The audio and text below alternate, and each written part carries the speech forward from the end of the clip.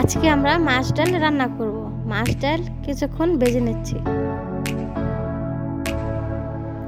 এখন ভাজা ডাল ব্লেন্ডার করব। ডাল ব্লেন্ডার করা হয়েছে। এখন ডাল পানির মধ্যে দিয়ে কিছুক্ষণ ভিজিয়ে রাখবো।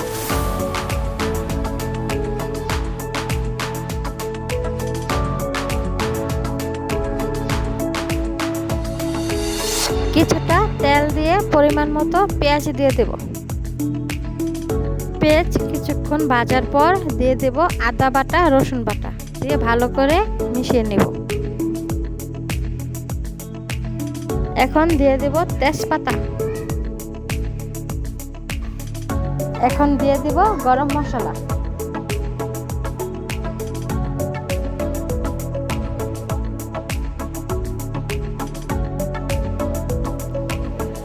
এক চামচ হলুদ পাখি, এক চামচ মরিচ পাখি, এক চামচ লবণ দিয়ে ভালো করে মিশিয়ে নেব।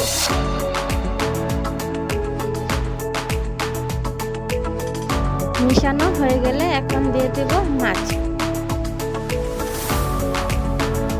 মাছটা ভালো করে কষিয়ে নেওয়ার পর এখন ভিজিয়ে রাখা ডালগুলো দিয়ে দেব।